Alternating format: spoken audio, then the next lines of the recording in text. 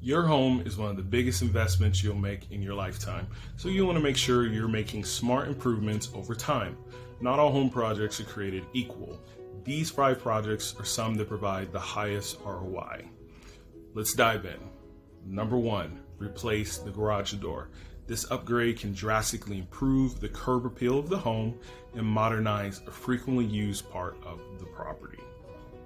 Number 2, use manufactured stone veneers, also known as faux stone. It's manufactured stone or man-made material designed to replicate the look of natural stone in a variety of architectural applications. These range from exterior facades to unique statement walls, can be used towards the design of the pool, etc. It's a lighter material and the installation time is less, so it makes a big impact on the visual aesthetic of the home, but it's more cost effective.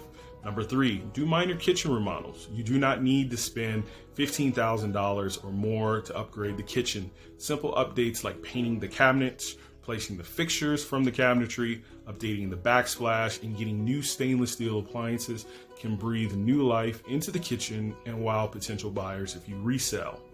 Number 4, please update your siding.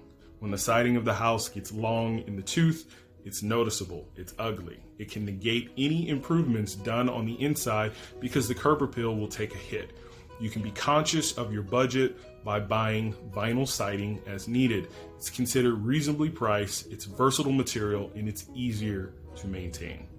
And lastly, number 5, swap out the windows. Here in California, having an energy efficient home means a great deal to the overall value of the house. Upgrading the windows to reduce noise, keep the heat in the house during cold winters, and boosting the aesthetic will give you a great ROI when the house is appraised or when it's resold.